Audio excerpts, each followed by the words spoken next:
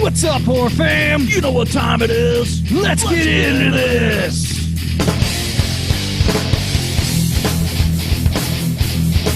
All right, what's up, horror fam?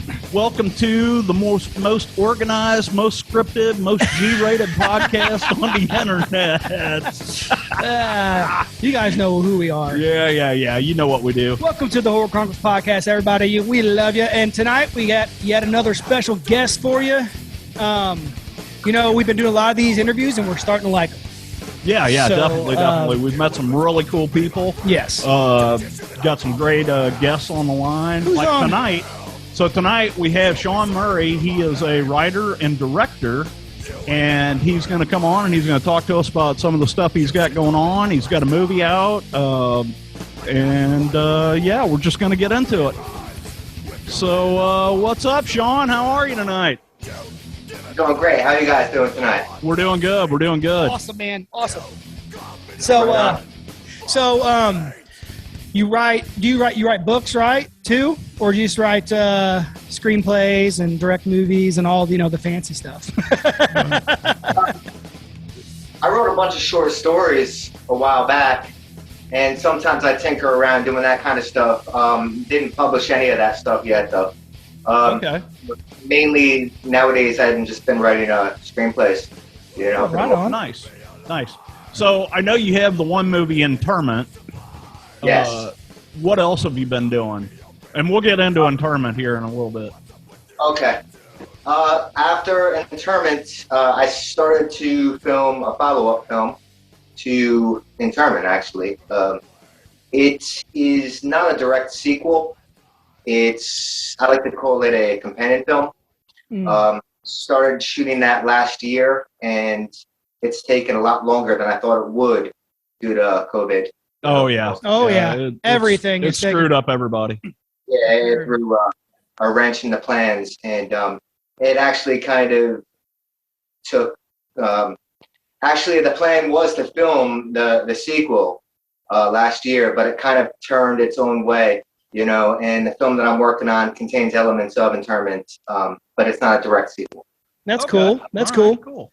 So, I guess we can go ahead and talk about Interment. Well, actually, you know what? First, what got you into directing or writing and getting into the movie business like that? It was kind of an extension for me, a natural progression. I'm really into arts in general, and I have always been into horror. Horror movies, comics, novels, music, all of that, my whole life. So I was in a few bands, and at the time, when I started off by doing voiceover work for a film called Where Blackbirds Fly. It was directed by Jimmy Screamer Claus. It was a great mindfuck of a film. Okay. Nice.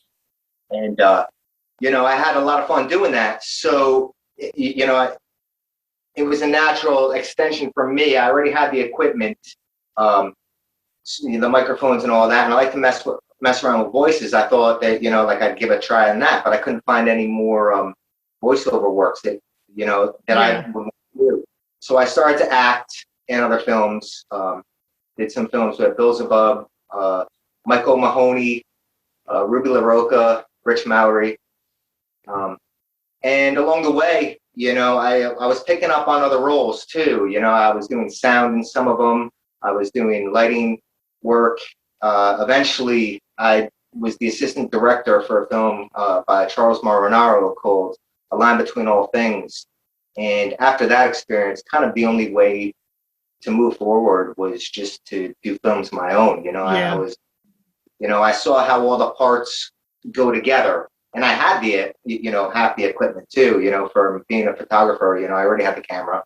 I had good sound gear from, being in bands and such. So it was a natural step. The only things that I really had to buy was the editing program and lights at the time. Yeah. Sweet. Yeah, That's right awesome, man. See, go ahead. What kind of music are you into? I listen to loads of music. I like I like a lot of punk rock. I like a lot of independent music. I like metal. I like roll, classic rock. Don't really listen to too much country. I don't listen to R&B. But everything else is pretty much open game. Sweet. And man, you were right up our alley, dude. We're a couple metalheads. Cro-Mags, Bad Brains. Yeah. Cro-Mags. Yeah. Bad Brains, all that good shit. Cro-Mags. It's interesting that you say that. My roommate, he's just downstairs. When he sees this, he's going to like that a lot because he has connection to the Cro-Mags. Oh, so nice. Right on. I don't know exactly how, who it is, but, he was telling me about that just the other day. So that's interesting. I mean, I've heard that name kicking around for a long time. Oh, yeah. Definitely. I think I've ever really heard him, Oh, they started that, freaking punk metal stuff. Them and man, they're pretty sick. Oh, yeah. Just check them out. Yeah, I'll check them out.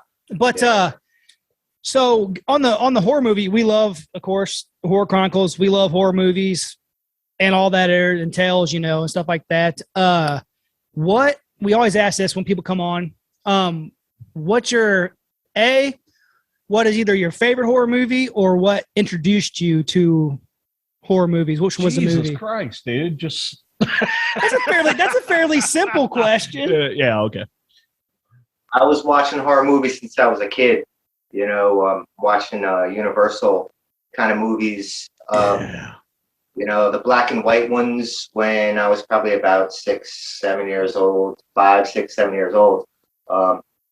What really caught my eye, at a young age, and it still remains to be one of my favorites, is Phantasm. Oh my God! Woo! That's Ryan's favorite movie. Yes. Yes. Oh, yeah, absolutely. That was a fantastic film. Absolutely. That one was. I tend to like the ones that have a weirder side to them, and that one struck on all bars for me. And after that was kind of that was kind of cementing me, right into the field right there. After that, there's no turning back. That whole series is really bizarre. The storyline of Phantasm is just I love it. Yeah, it's killer. I thought the best Phantasms. I enjoyed the first one, and I like the fourth one too. Yeah, I like all of them. Yeah, but yes, but I think that those two were like really good back to back because of the way that they handled it with the old footage when they split into oblivion. I thought that was fantastic. Yeah, awesome. Definitely. Yes, that's sweet, man. Yeah, because you're pretty much on the same page with a lot of stuff with us. Yeah, absolutely. Especially, man, you're hired. Do you want to be a guest from now on? The first person that we've talked to who, like, right off the bat named Phantasm. Yeah. You know, because that's a lot of people don't pick that film out. That's what that's all my top two of all time. I love that film. A lot of great memories for me with movies like that. That was one of the first horror movies I got to watch as a kid because my mom really enjoyed it. So, Oh, that's cool. Yeah. Not me. I'm old. I grew up on the stuff you were talking about, the Universal monsters and, House on Haunted Hill and stuff like that. I mean, that just, those will always be near and dear to my heart. Yeah. Yeah. I like that stuff. I mean, I grew up in the 80s, so, I had the video invasion too going on and just going and just picking out movies. And my parents weren't too, they weren't, Nazis at all. They gave me free reign to pretty much run what I wanted. And, I saw a lot of cool shit, I think they regretted some of that, their liberal choices in that regard. But, after they saw the scenes, but, I saw a lot of cool stuff growing up. Definitely. Awesome. Definitely. So, the 80s were a great time for film. Just yeah, I agree. Much cool shit came out. I'm big into slashers, and I mean that's 80s was all about the slasher. Yeah. Yeah. Absolutely. So who are some of your I guess inspirations, so to speak, as far as director wise, that you kind of look up to? Coming from that standpoint. Believe it or not, my favorite director is actually not a horror director, and that's Martin Scorsese. Oh, but, yeah. Going to the genre, Wes Craven, Dario Argento. This is kind of controversial in the community, but I do love Rob Zombie's movies, and of course John Carpenter. Yeah, the man. We've been trying to get him on the show for so long. He keeps telling me no. I think a restraining order showed up the other day. Well, at least you got a response. Yeah. Hey, exactly. But no, we haven't. But yeah, that's killer, man. That's killer. See, John Carpenter, it's cool talking to people who do directing and story and, writing screenplays and things like that, because we get to ask questions. You get to see it from a different perspective. So like we do a lot of research into directors and things. We have a director series that we do on different directors and things like that, mainly for horror because that's what we do. But like with John Carpenter, he does everything in his movies. He writes scores. He just does it all. So go ahead. Yeah, I was going to mention that John Carpenter, not only for his films, but his scores as well. And those are fantastic in their own right. How iconic, are those themes.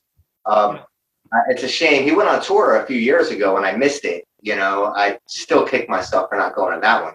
I guess he did a couple albums of new material that he kind of called Lost Themes, I think. Yeah. And it was, it sounded like his soundtracks, It was old school, synthed out and just really good from what I heard. Yeah. And he's got his kids in the band with him too, man. Can you imagine that, traveling the country with John Carpenter playing the Halloween theme all the time?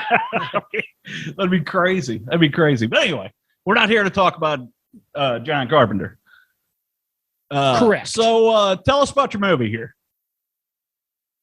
Interment, I filmed it a couple years ago, actually, and a few years ago, and it's a film about life and death in many ways. It's got a couple different angles to it. One of them being it follows a serial killer who's being pursued by a psychotic cop, but it has a flip side to it too, which deals with the afterlife at the same time. And it's a film about life, loss, and redemption. It was done over the course of 3 months in the summer of 2018.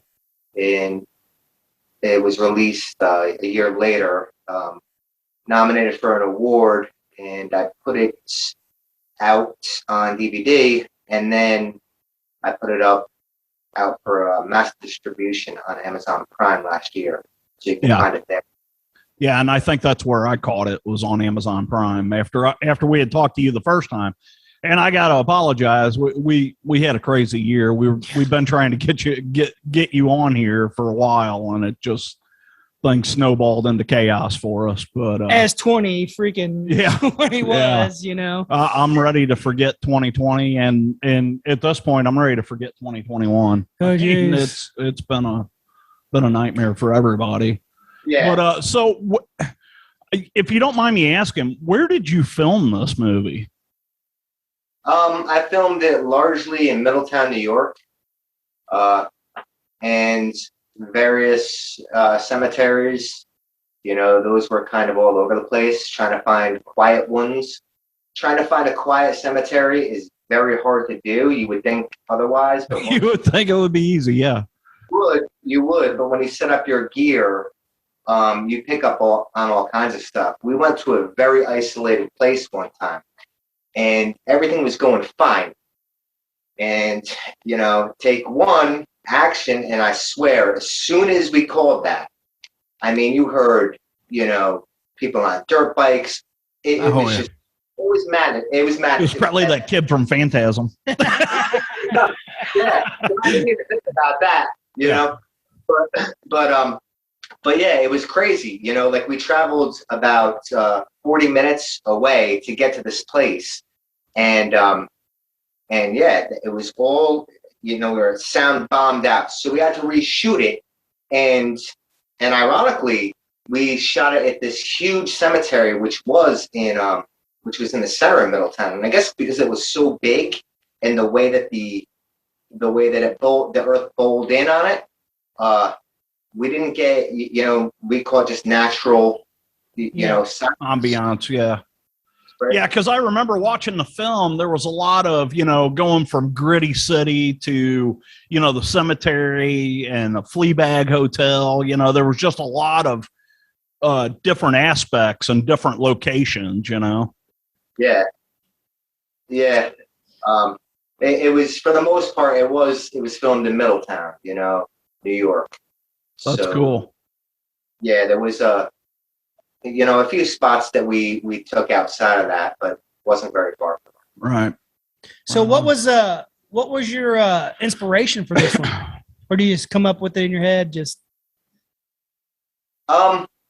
when we started to shoot it, it was just supposed to be kind of a faux trailer, actually. And along the way, a friend of mine, he bought a camera too, so we were playing around with ideas, and we filmed a couple bits, and I was like, all right, well, let's try to do like the full film, trailer kind of deal. So we did that for a few days, and then for one thing that I wanted to illustrate, which was a conversation between the killer and his girlfriend at the time, I wrote out a whole scene, and I said, fuck it, we're all here, let's do a full scene. So when we shot that scene, I started to chop it together as a trailer, and then I just watched the scene, and it was beautiful. It was coming together nice with all the angles that we had. And I was like, okay, well, what do we do here now? Do we go forward, or just call it good here? And, I reached out to everybody that night that I was working with at that point and made sure that the schedule was clear for a little while, and I just told them, hey, let's more. So kind of, it was written on the fly for about half of production. I had a full script about a month and a half in. I was writing scenes out, every day, and then, giving them to people, a couple of days before we did a shoot on the weekend, because we filmed it mostly on weekends. And I was accumulating more and more stuff, and I had a full script a month and a half into it. So it did take, it had a little windy road, Yeah. Yeah, I mean, that's kind of how it is too. Once if you're doing it, like you said, off the fly like that, it's just kind of more and more things come to you. Of course, as you like this scene will make, oh, well, this would be cool in the next scene. And it just kind of builds on top of it. Like, well, and I can imagine, you get all this stuff wrote out, and then you film something and you look at that and you think, man, it'd be really cool here. Yeah. And you change stuff on the fly. But yeah. Now, who did? There was a bit of that for sure. The original idea, when I go back, if I were to go back and look at the outline, there's stuff on there that never happened, and then there was stuff on there that happened more than it should have. A lot of the stuff, the location is a character in any film. Oh yeah. Mm-hmm. That we talk about, but it's true. A location will give a lot of character to a film, and just when you're scouting out a location and then you're standing there and look, that added so much to what I was doing, just because I was able to see where we were going to shoot. So some things were ramped up or toned down a little bit depending on the scene, Right. So I know you did directing and writing on this. Who did the cinematography? Did you take care of a lot of that, or was that? Primarily, that was by Louis DeVito. Okay. And he kind of went over most of our cameras. We shot on up to 5 cameras, depending on the sequence. Sometimes as little as 2, but as many as 5. And for the most part, I would attribute him for cinematography. All of us. I mean, we all handled a lot of it ourselves too. Right. But yeah, he was the man for the job. Yeah, because I remember. Now you got to forgive me. I watched this movie beginning of last summer sometime, and I remember there was some really off like camera angles and stuff. Not a bad thing. It was just some different perspective. Yeah. You're welcome. Thanks. Yeah, he's the brains. I'm the brawn. That would have been due to a number of things. In certain ways, we didn't want to replicate anything to seem to be too cinematic. Although I think it came out more in that way anyway. But also it was positioning and ultimately when you make a film, independent film, you got to kind of use the best take. And sometimes, there were certain angles that I couldn't do due to lighting issues. I couldn't use them due to lighting issues or other, I mean, there's stuff. And then also, there's beautiful stuff that couldn't be used, like I had to reshoot certain things due to sound issues too. I mean, I have a couple days worth of stuff that just looks awesome. We filmed it at the right time of day with the wind and everything else. Oh yeah. Just bombed out. The sound would be bombed out. Oh man. Yeah. So, putting it together, you have to rely on the best shots that you have, and that's kind of the way they. Well, I guess, and the more cameras you have, the more angles you have, the more choices you got too, so.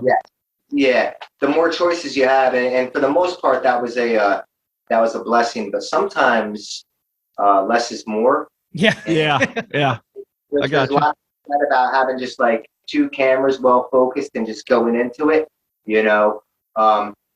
It was easier because I acted in the film too, so it was a lot easier for me to kind of be behind there, and directing when I was off screen.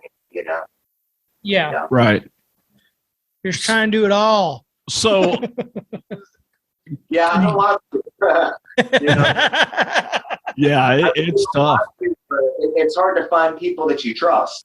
Oh yeah. Oh yeah. I understand that. I've been working with this guy for 2 years and I still don't trust him. So tell me about the protagonist in this film. Is there really a protagonist in the film? I kind of wanted it to be more about anti-heroes, and if there was any character that had any saving grace, it would have been the role of Chelsea, the dead girl, and she finds redemption throughout it. It was kind of built up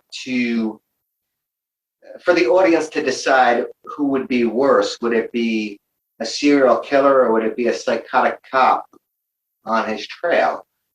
So that's a good point. I have my opinion, but I'm not going to state that. I got you. Let people watch the film and figure it out on their own. Yes, absolutely. Yeah. All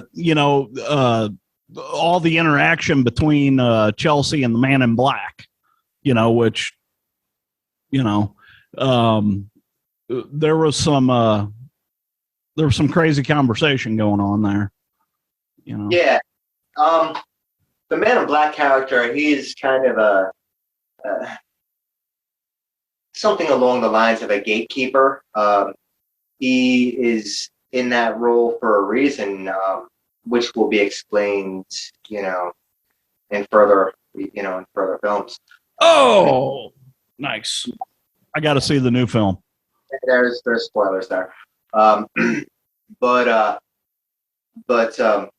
Yeah, kind of there's a philosophy, a dark philosophy that I try to imbue in those sequences, and I hope that people can take away with that. Um, he's somewhat, he kind of not necessarily even evil. He can be seen that way to some, but the way I see it, he's really not. Right. He's doomed in his own way. He doesn't want that role, although he plays it off differently. Yeah, because it's funny that you say that, because there's times in there that you really think, okay, this guy is pure evil, but then when you really look at it as a whole, it's almost like he's just a messenger. That would be a very good way of looking at it. Yeah. I'm glad you took that away. Right. Yeah. Very cool, man. Very cool. See, that's what I'm saying. It's crazy. I've always wanted to. I don't have the freaking mental capacity to do it, but I've always wanted to write and direct or not even really direct, but just I've had a lot of great ideas out there for movies, and it's just like he just wants to put his name on something. I got my name on it. It's mostly Bills, but Bills. But no, I think it's always cool when people just go out and they say fuck it and they just do what they want to do with it. Sometimes you have to take those steps. If you don't, it won't happen. Right. So you got to take a chance, man. You just got to take a chance to doing it, and I think it's always cool to meet people and talk to people who took that chance and stepped out there and did what they wanted to do and just put everything into it, So yeah. For anything to happen, you have to move. It's funny. The film is it's called Interment, and in a way, it's been inspired by personal things in my life where friends and people that I have known that have died before their time is kind of another inspiration, not necessarily for anything that you might see on the screen, but kind of pushed me to see this through, and pretty much, I would suggest if you have ideas, just grab a notebook and start writing in that notebook, Yeah.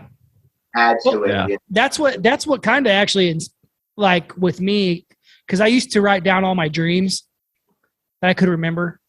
So like if I would wake up and if I could remember it, I would write down. And sometimes I wake up from a dream and just write down like 2:00 in the morning. Yeah. And you get some pretty cool ass ideas out of that, I think. Yeah. Yeah. So you're right. You just got to write the stuff down. And I've been doing that and stuff like that. So it's cool for me to be able to talk to people like you and others that we've talked to. We talked to a couple of directors from England. It's cool to kind of pick their brains and see how they do things. And, see how they think and how much they do when they film something, like we were talking about with like the stuff you were doing, but the stuff that John Carpenter does, how he just has it's like he's got his tentacles in everything. Yeah. When it comes to doing that. Did you say tentacles or testicles? Whatever. Either one. But yeah. Go ahead. Yeah, no. He does, the scores and all that kind of stuff. And I have a lot of music, but I didn't have I didn't really have anything that fit, that I felt fit for the film. So I used another composer. I didn't want to score it myself because at the time when we wrapped it, I was already editing, and it would have probably taken another 6 months to a year before I felt like I was, before I would be satisfied with the music that fits. Yeah. I mean, I've even done some dark scoring work, for kind of like films in my head, it never happened, but none of that stuff fit, so, I didn't really want to go and take that role on myself either, I mean. Oh yeah. Right. write it, you direct it, you know, you do all the finagling. I mean, just the main issue that I had was getting everybody together in a place, you know, consistently. You know, that was a hard, that was the hardest thing, the hardest challenge of the film, really. But after it's all done, you know, and it was, you have everything that you need to put it together, and now you're editing it, you know, it's just like, okay, enough's enough, you know. Oh yeah, you know, so you know, maybe with the next one, you know. Yeah, I can get it, man. You know, once you've done so much in a film, you know, sometimes it's nice to look. I'm talking like a filmmaker. Sometimes it would be nice to just step back and say, okay, what do you got for me? What can you do with the, you know, composition of this film? You know, and you know, sometimes you'll land on a really cool idea, you know, like you did. You know, who did the composition for you? Kevin McLeod. He did that.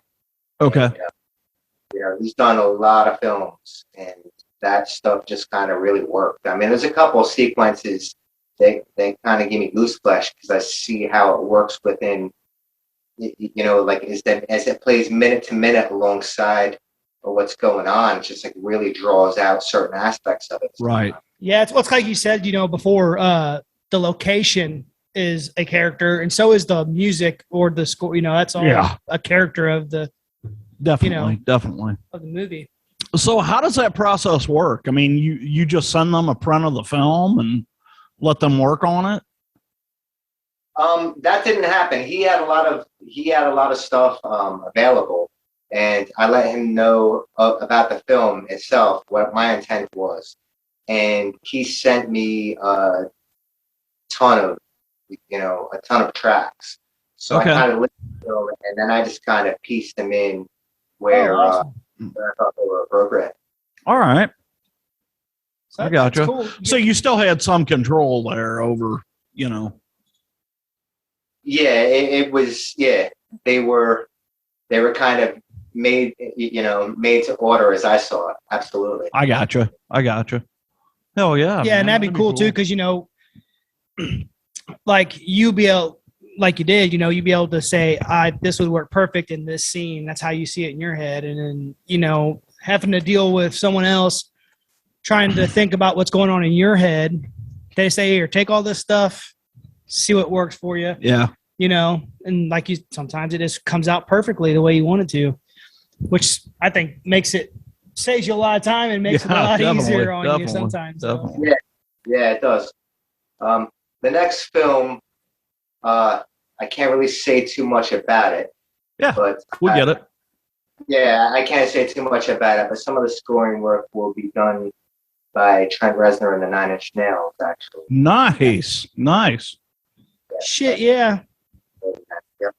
So what do you, speaking of that, this just popped in my head for some reason. Was it The Devil's Candy? Yes. Did you see that film? Killer soundtrack. Devil's Candy.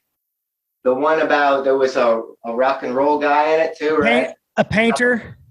Yeah, this guy was a painter, and he lived in a house with his daughter or something. And his wife, yeah.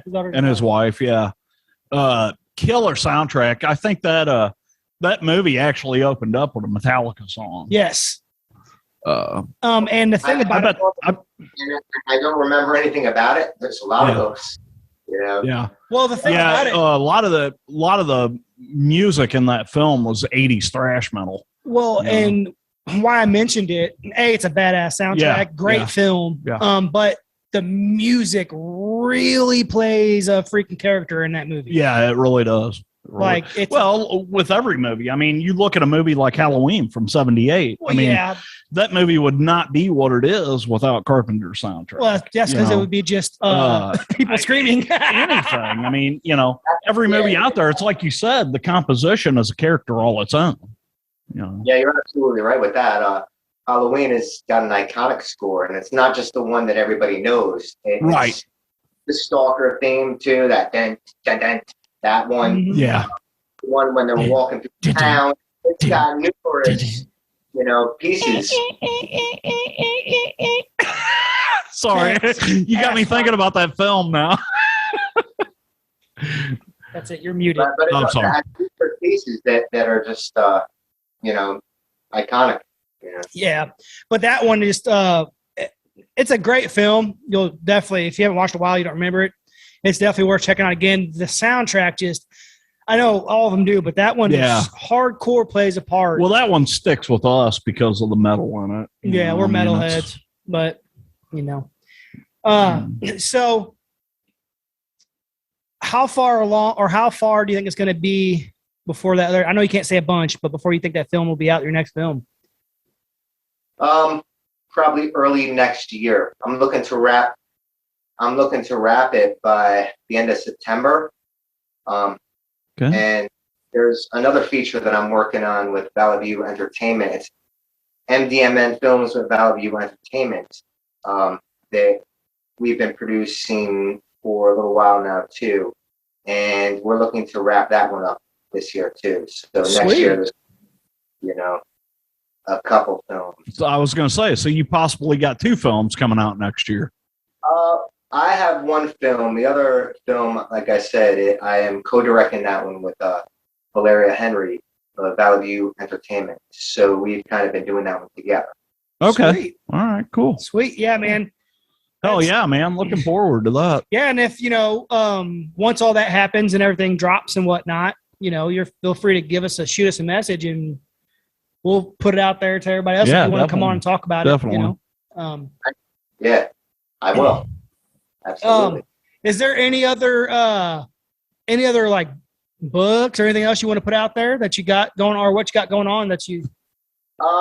Other than a series of short films that I've done with Valeria Henry of Valley View Entertainment, and you can find them on Bootleg Death Tape 2, Bootleg Death Tape 3, Faces of Dying 3, Faces of Dying 4.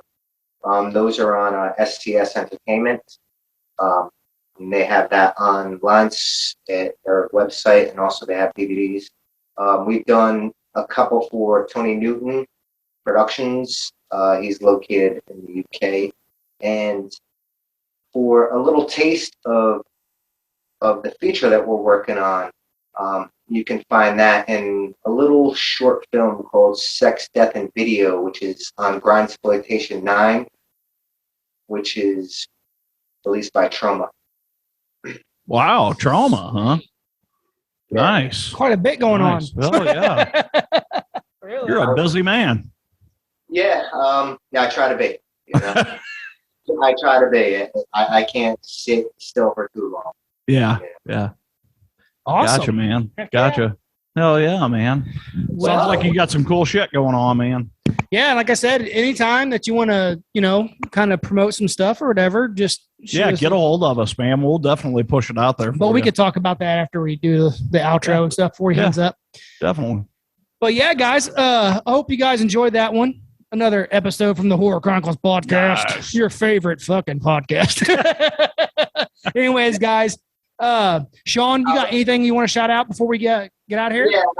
Yeah, I do. I want to thank the horror community at large for watching, supporting, and loving independent films. And now more than ever, that's very important. And yeah, absolutely, 100%. That's awesome.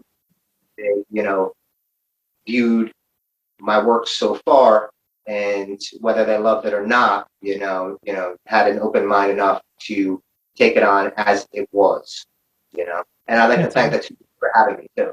Oh yeah, man. Absolutely, that's man. Anytime. It's funny you mentioned that real quick, because that's why we start this podcast as well. We love horror, but also it keeps it going. Like you said, it keeps that genre moving along. So that's awesome, man. We appreciate you coming on.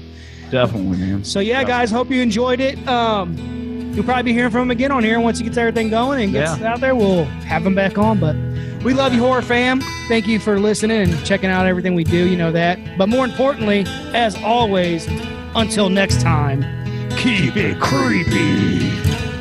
Up the horror. These measures are